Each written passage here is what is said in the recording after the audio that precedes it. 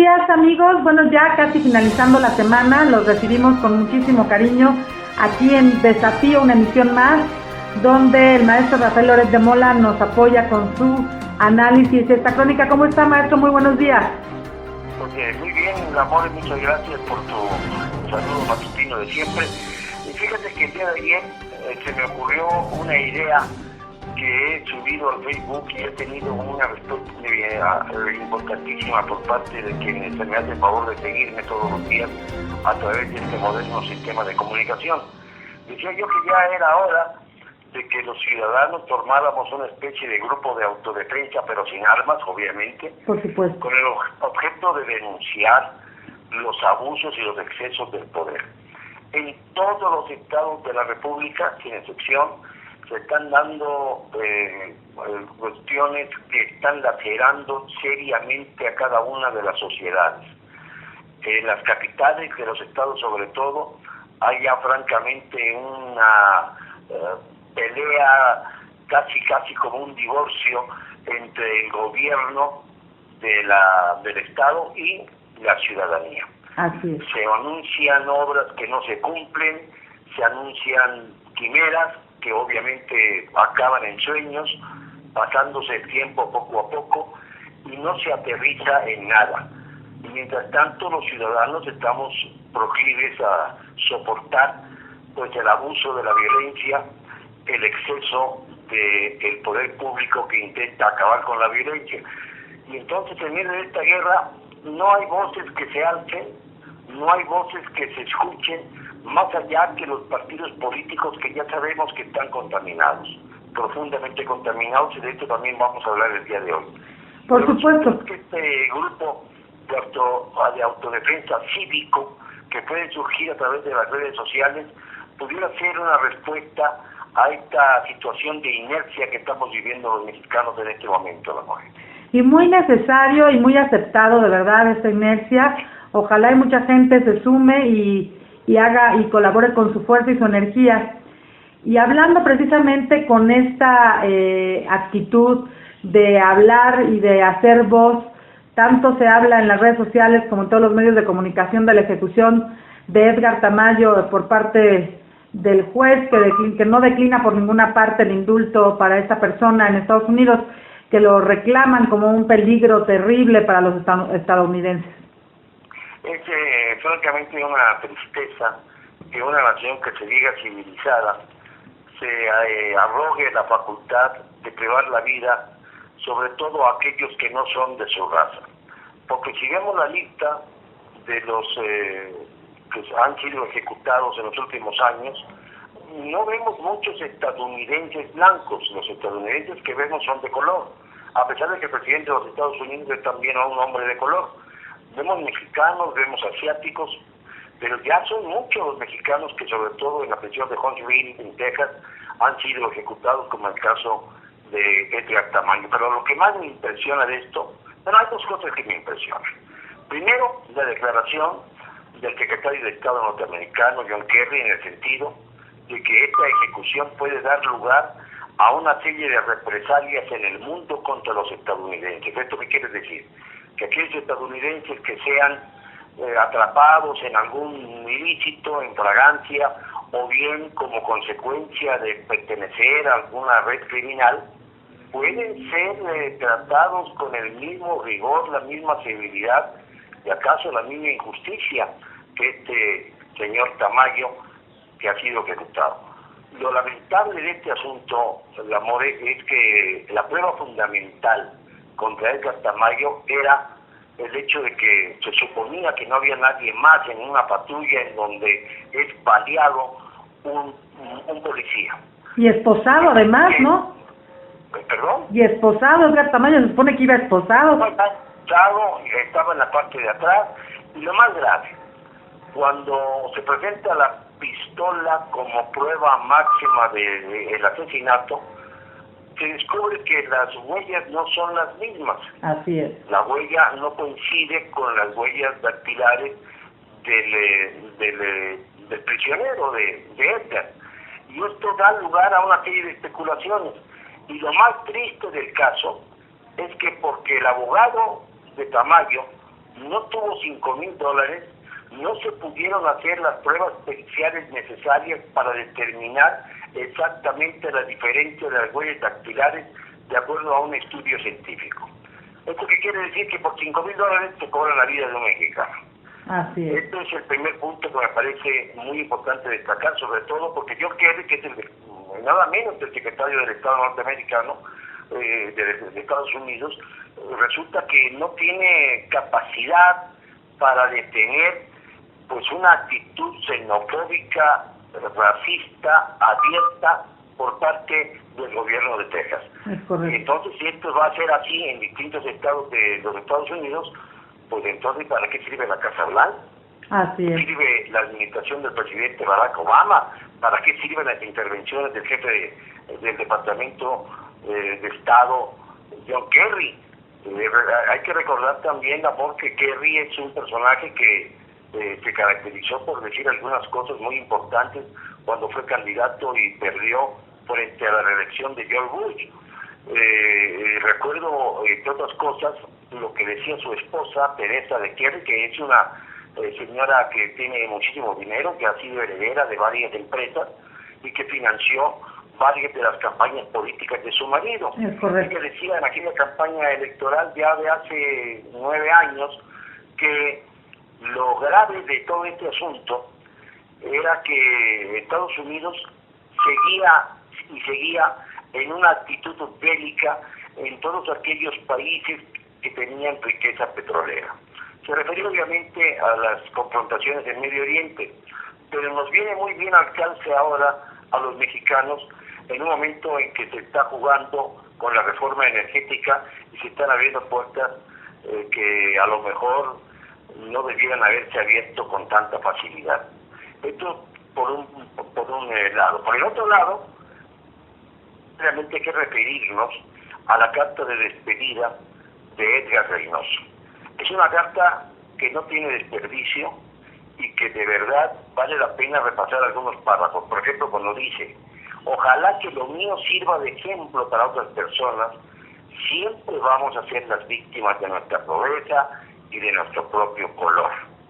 Pero hay algo más serio que involucra al consulado mexicano, por tanto, a la Cancillería de México. Dice, casi a gritos, entre signos de admiración: no quiero que meta mano el mentado consulado mexicano. La verdad que esta gente me decepciona. Nunca hicieron nada. Así es. Siempre que un paisano va a ser ejecutado, quieren quedar bien ante las cámaras para verse bien con el gobierno de México y los paisanos. No quiero que me usen. Y claro que ya se los dije.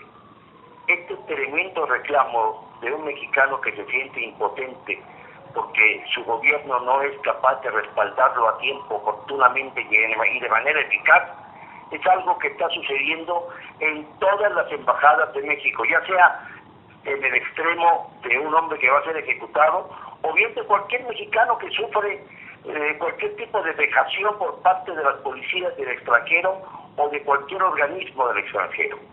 No hay defensa real de los consulados mexicanos. La Cancillería en México no está defendiendo los derechos de los mexicanos en el exterior. Somos de los pocos nacionales que no tenemos, por ejemplo, todavía la posibilidad de votar en España, en cualquier parte de Europa, en Asia, como lo hacen los ecuatorianos, los bolivianos, los dominicanos. No tenemos capacidad siquiera para contar con licencias de manejo como las que sí tienen los dominicanos, los ecuatorianos, los venezolanos, los colombianos, etcétera, etcétera, etcétera. Y se nos dice que en el caso de México no se pueden expedir las licencias porque habría que hacer 32 convenios internacionales, porque aquí las licencias las otorga cada entidad federativa del país.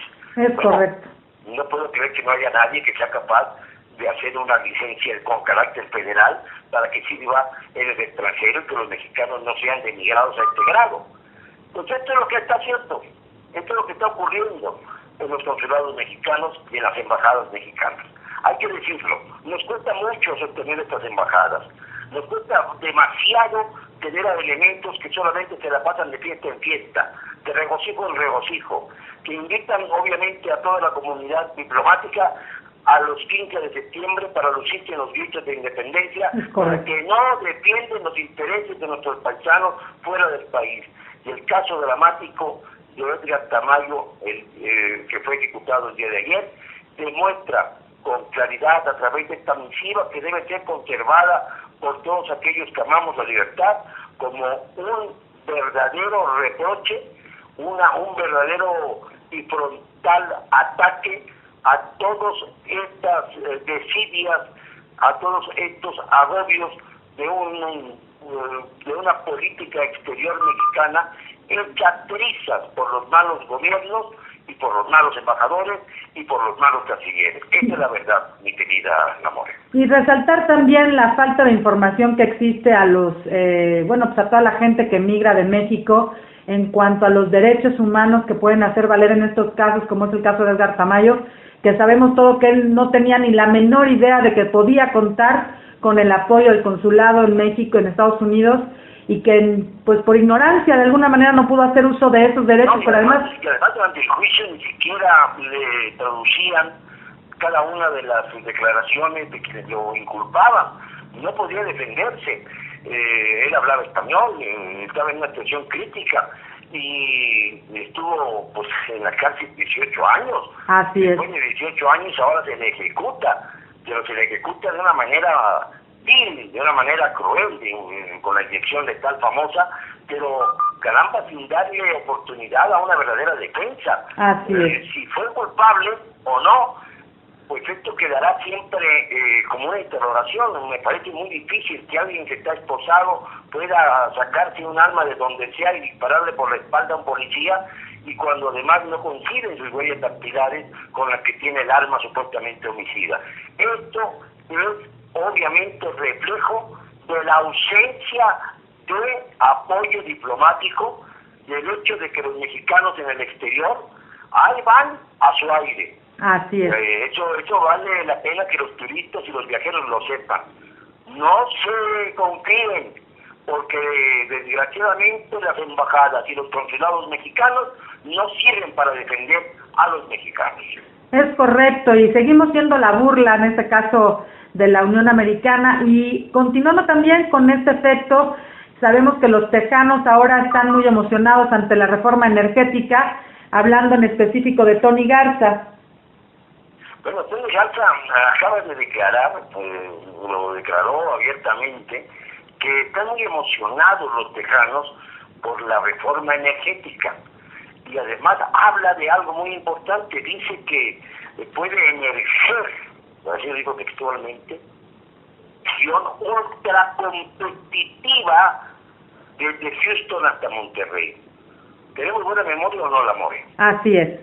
Vamos a tener buena memoria. Vamos a ver, hace unos días que comentamos acerca del famoso tren de alta velocidad. Es correcto. Comentamos de que el hecho de que ya estaba autorizado el tren de alta velocidad entre Monterrey y Houston. Exacto. Y que tendría extensiones en una segunda etapa hacia el norte a Oklahoma y hacia el sur a la Ciudad de México. Es correcto. Comentamos además, y esto es importante recalcarlo, que los beneficiarios de esta concesión eran nada menos que el Grupo México, el famoso Grupo México, el de los mineros. Así es. Que encabeza la madre de Germán Larrea Mota Velasco, que es doña Sara Mota Velasco, que es realmente la heredera de este consorcio, y por el cual se han juntado tales capitales que colocan a la familia como la tercera más rica de México, con un capital de 16.500 millones de dólares. ¡Wow! 16.500 millones de dólares que parece que no sirven para posibilitar que los mineros de nuestro país tengan una vida que no sea infrahumana, que tengan una expectativa de vida mayor a los 35 años, que es la expectativa que tiene un minero mexicano por la falta de seguridad, por la falta de atención, por la falta de equipo y por la falta de decencia del Grupo México. Y desde la famosa explosión de Pacta de Conchos en febrero de 2006 a la fecha, poco se dice, han muerto 72 mineros más como consecuencia de estas exhalaciones que no son debidamente detectadas de gas grisú, que afecta terriblemente a los pulmones y que acaba con la vida de los trabajadores mineros que no tienen el suficiente equipo de trabajo. Yo realmente me conmueve el hecho de que estemos casi igual en este renglón que en 1906, hace más de 100 años, cuando ocurrió la famosa huelga de Cananea en Sonora, cuando los mineros ya no pudieron más, y entonces intervinieron los Rangers de Texas para ponerlos en orden, como si no hubiera ninguna autoridad en nuestro país. Así es. Pues estamos exactamente igual que hace 107 años. Y esto se debe a la pasividad de nuestro gobierno y al abuso constante de las empresas mineras. Bueno, pues este Grupo México, este grupo de Germán Larrea, no quiero decir más bien cómo se le dice coloquialmente, por eso de Larrea se puede hacer algunas composiciones muy interesantes, pero que no voy a repetir por radio. Pero este señor compra las vías férreas de nuestro país y funda una compañía que es Ferromex, que ahora además tiene la desfachatez de anunciar de manera espectacular en casi todos los cines de la capital del país, por lo menos, y me parece que en varios cines también del interior del país, de distintos estados del país, en donde anuncia como una materia de desarrollo el hecho de que se está mejorando el transporte por carga, porque un ferrocarril equivale aproximadamente a 30 trailers que se conducen por las carreteras cada vez más deterioradas de nuestro país. Es decir, se apropia de los ferrocarriles y tiende ahora a encontrar la posibilidad de asociarse con los ferrocarriles de alta velocidad. ¿Y quién crees que completa el grupo de los empresarios que acompañan a Germán Larrea en esta, entre comillas, aventura ferroviaria? Pues por ahí sale algo de Peña Nieto. Ni más ni menos que Verónica y Ana Cecilia Peña Nieto, hermanas del presidente de la República, a quien le encargó a su secretario de la Defensa, que yo no sé qué tiene que hacer en este asunto, Salvador Cienfuegos Cepeda, el hecho de que las protegiera lo suficiente para que no fueran devoradas por los ejecutivos del Grupo México. Pero esto no es lo más interesante. Lo más interesante es que el señor Tony Garza, el que declara que están esperando los tejanos con ansia que llegue esta reforma energética convertida en petróleo para Texas y poder de esta manera administrar el petróleo de Texas y el petróleo mexicano como si fuera una especie de revolvente. ¿Qué era antes Tony Garza, antes de ocuparse de la embajada mexicana, de la embajada estadounidense en México? ¿Qué era? Nada menos que el comisionado nacional para los ferrocarriles de Texas. Wow. Fíjate cómo se unen las cosas. Pero además, el señor Garza es uno de los más estrechos amigos del expresidente Bush, de los expresidentes de los dos, pero fundamentalmente del último, del Junior, quien lo convirtió en embajador y que lo ha protegido. Y los señores Bush, para información de todos nuestros queridos amigos que nos escuchan, fundaron en 1977 una compañía que se llama Arbusto Energy, o sea, la energía del arbusto. Es decir, modificaron su apellido Bush en inglés y lo tradujeron al español y se convirtió en Arbusto. Esta compañía, entre otros, tenía como socios nada menos que el hermano de Obama, Bin Laden. Así es. Entonces, estamos dándonos cuenta de que Tony Garza declara desde un rincón de Texas, desde su estado, en donde además habita el expresidente George Bush Jr., en una inmensa heredad, está tratando obviamente de justificar la esencia de este ferrocarril de alta velocidad, precisamente porque este servirá para detonar el auge de Texas por el petróleo mexicano. Esta es la realidad del día de hoy. Esta es la vergüenza que salpica la administración de Enrique Peña Nieto. Y si decimos mentiras, que nos desmientan. Es correcto. Ya sabes que por eso se llama mi columna desafío. Es un desafío permanente. Nunca me han desmentido. Como debe ser, maestro. Otra denuncia más. Y bueno, pasando a otro tema, la Ciudad de México está trabajando en su blindaje. Imagínate tú que una capital de una nación como México, con más de 100 millones de habitantes, tenga que blindarse para que no lleguen a través de lo que ya se llama el famoso factor cucaracha o proceso cucaracha. Así es, el efecto. Los narcotraficantes que vengan del norte o de Michoacán y que se vayan introduciendo uno a uno a la Ciudad de México con autos llenos de armas. Dicen que va a haber 7 puntos alrededor de la Ciudad de México buscando automóviles que tengan armas, que sean sospechosos, que sean manejados por automovilistas que puedan ser detectados. Pero caramba, estamos hablando de la capital del país. ¿Qué es lo que se espera y no se dice? Volvemos a lo que comentábamos el día de ayer.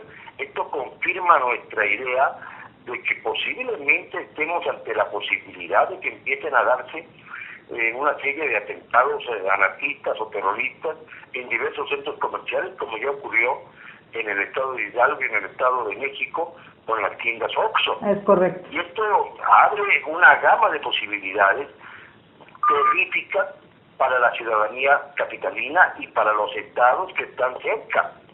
Morelos, Puebla, el estado de México, por supuesto. Esto nos hace ver que la antigua estrategia que en 1994 trató de impulsar el subcomandante Marcos a través del ZLN, de ir asfixiando poco a poco la Ciudad de México hasta dominar el centro neurálgico del país, sigue desarrollándose en la mente de los radicales. Si bien es cierto que el ZLN se convirtió en la primera y única guerrilla pacifista de la tierra, también lo es el hecho de que hay muchísimos grupúsculos armados. La Secretaría de la Defensa Nacional tiene un censo aproximado de 100 grupos armados que pululan por 22 estados de la República, lo que significa una situación francamente de emergencia grave, peligrosa para el país. Y ahora el jefe de gobierno blinda la Ciudad de México ante la posibilidad de la llegada de narcotraficantes y anarquistas. Bueno, yo me pregunto, ¿y por qué ahora sí lo hace? ¿Por qué no lo hace respecto a aquellos que son radicales y anarquistas y que han contaminado el movimiento magisterial opositor o disidente, como queramos llamarlo, de la Coordinadora Nacional de Trabajadores de la Educación, que ha vuelto otra vez a salir a las calles y a desquiciarlas en la Ciudad de México y en varias capitales del país? ¿Por qué a unos sí y a otros no? ¿Por qué la diferencia de tratamiento cuando en el fondo están buscando lo mismo, la inestabilidad del país? Es correcto. Yo creo que aquí tendríamos que hacer una pausa y una reflexión tranquila, sin, esto es importante recalcarlo, sin sobajar, sin socavar la idea importante de los maestros de defender las escuelas abandonadas de nuestro país. Hay muchísimas escuelas, se calcula que el 30% de ellas, que carecen de los más elementales servicios. Y esta es una de las demandas de los maestros disidentes a la que no se le ha dado importancia, subrayándose más el hecho de que no quieren ser evaluados, de que no quieren ser censados. Pero atrás de estas evaluaciones y de estos censos está la demanda principal, que es la de mejorar en todo la calidad de la educación por una parte, pero mejorando las instalaciones educativas. No puede, por lo tanto, desabrigarse del todo a este movimiento, pero sí insistir en que las infiltraciones que están sufriendo pueden ser previstas desde mucho antes y no se ha hecho por conveniencias partidistas, por efectos sectarios, porque se trata también de llevar clientela al molino del PRD o de los partidos de izquierda, en el caso concreto de la Ciudad de México, la More. Es correcto. Y bueno, hablando precisamente de las divisiones políticas, aquí tenemos una división extrema entre el PAN y el PRD. Bueno, esto tiene dos carices. Por un lado,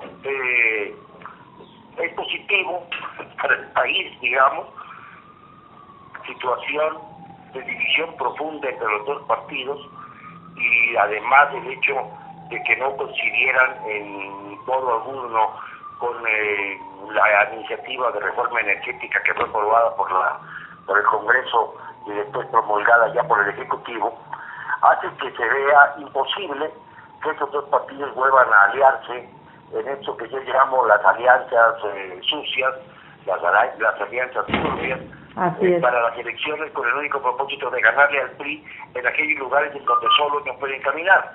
Esto a mí me parece antidemocrático, porque juntar el agua y el aceite para que no se derrame principalmente toda la podredumbre priista, pues es evidente que no es una buena, no es de ninguna manera una buena estrategia, y sí en cambio pone en serio riesgo la estabilidad política de nuestro país. Es correcto. Esto es algo que molesta, que disgusta, que hiere, pero que está presente desgraciadamente en la vida nacional, y no hay manera de evitarlo. Esto es la parte, digamos, una de las partes importantes. La otra parte, si se siguen los partidos dividiendo entre sí, vamos a llegar a la pulverización política completa, a la pulverización total.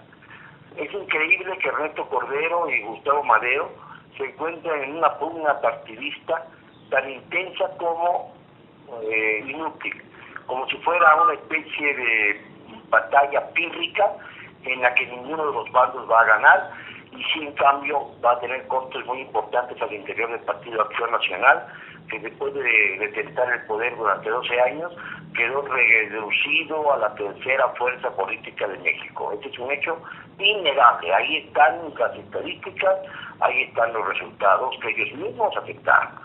Entonces, si se siguen dividiendo, si se siguen pulverizando, lo único que van a lograr es que la continuidad del priismo demagogo y absolutamente corrupto siga manteniéndose en el poder, más allá de toda lógica, más allá de toda posibilidad política. Es correcto. Esto es lastimoso, porque entonces la democracia se interrumpe y no hay frescura en la renovación de los poderes.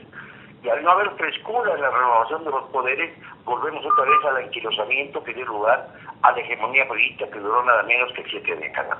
Este es el riesgo latente que estamos observando desde esta perspectiva, sobre todo viendo los estados que tendrán elecciones en el 2015. Ya sabemos que este 2014 es como una especie de descanso para los partidos políticos y sus dirigentes, porque las elecciones en julio solamente serán locales en algunas entidades como Baja California y alguna otra más, pero el año que entra, coincidiendo con las elecciones federales llamadas intermedias, pues habrá cambios en las gobernaturas de Colima, Nuevo León, Querétaro, San Luis Potosí, Sonora y Morelos. Así es. Y hay estados como Campeche, Coahuila, Estado de México, Guanajuato, el Distrito Federal, Hidalgo, Jalisco, Morelos y Tabasco, en donde habrá cambios de congresos y de ayuntamientos.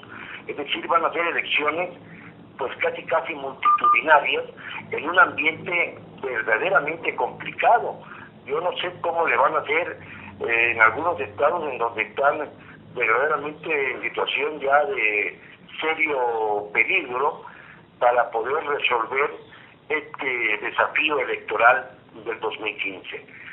Así están las cosas, a la descomposición social, a la falta de paz social, se está uniendo la descomposición política de una manera más que grave, y esto sí debe tenernos muy alertas a todos los mexicanos. Mutación tras mutación, maestro. Ya para terminar, ¿qué nos habla sobre el tema del fiscal de Calderón, José Luis Marmolejo, que sería la pieza del rompecabezas, esta parte? Bueno, mira, el amor, yo creo que cuando se captura a un personaje del nivel de José Luis Marmolejo, que era nada más que una de las personas más cercanas y de más confianza de Felipe Calderón, que había sido designado nada menos como fiscal especial precisamente para detectar el lavado de dinero y perseguir a los zares de las drogas, y se le detiene precisamente como parte de los vínculos del narcotráfico con el poder público. Tenemos que preguntarnos, bueno, si esta es la punta de la hebra o es nada más el elemento podrido, la manzana podrida de un gran árbol frondoso. Como no vemos el árbol frondoso, tenemos que entender entonces que se trata de lo primero, que es nada más la hebra de la madeja. Por supuesto que si este personaje ya está detenido y tenía vínculos con el narcotráfico y era cercano, muy cercano al presidente Calderón y a su lugarteniente número 1, que era Genaro García Luna, pues es evidente que ahí hay mucho que indagar. Hay mucho que resolver, hay mucho que tratar de descubrir para acabar con el gran misterio de hasta dónde llegan las facturas políticas y electorales que posibilitaron la victoria con mucho dinero de por medio de Enrique Peña Nieto en el 2012. Creo que Peña Nieto nos merece ya una explicación respecto a por qué sigue privando la impunidad en relación al expresidente Calderón y en relación también al expresidente Fox. No es posible que después de una segunda alternancia tengamos más de lo mismo, como ya dijo Luisa María Calderón. La propia hermana del presidente de la República lo ha dicho, seguimos en las mismas. Más de lo mismo. Así es. Esto es exactamente igual que lo que pasaba en el sexenio de mi hermano. Es decir, no hay ningún tipo de progreso, no hay nada que sirva para que podamos tener un poquito de esperanza hacia el futuro. Y esto, francamente, no lo merecemos los mexicanos, Lamar. Por supuesto que no. Ojalá y estas mutaciones sirvieran para seguir empoderándonos los mexicanos ante la política y sus malas acciones, su mal trabajo, y como usted dice, antidemocrático completamente, que pues los resultados los tenemos hoy en día en esta violencia que sigue generando mayor violencia en nuestro país y que nos tienen alerta a los estados de la República, pues sobre todo a los estados del centro, en el caso de Morelos, Michoacán, Guerrero, y bueno, pues maestro, pues mañana nos vemos aquí nuevamente a las 10 de la mañana para que la gente que quiera preguntar, cuestionar. Bueno, si no nos vemos, por lo menos nos escuchamos, amor, eso sí seguro. Claro que sí. Sí, y lo que sí, hago la reiteración de que no hemos está corrupto la posibilidad de pensar en una liga civil de autodefensa sin armas que nos permita defendernos con criterios similares ante ya los excesos no soportables del poder público. Ya está bien que nos estén mintiendo, ya está bien que nos estén manipulando, ya está bien que nos estén dirigiendo hacia el abismo. No podemos tolerarlo. Así es, y ojalá la gente encuentre en esta propuesta un soporte energético en el que podamos sumar una inercia importante para, pues obviamente, presentarnos un cuidado ante lo que son los grupos de autodefensa que realmente sí agreden a nuestra sociedad. Gracias, amor, y les mando un saludo muy cariñoso a los amigos de Morelos y a todos los que nos escuchan a través de las redes sociales. Muchas gracias, doctor maestro. Como siempre, mañana estamos por aquí escuchando Desafío. Buenos días a todos. Hasta la próxima. Buenos días.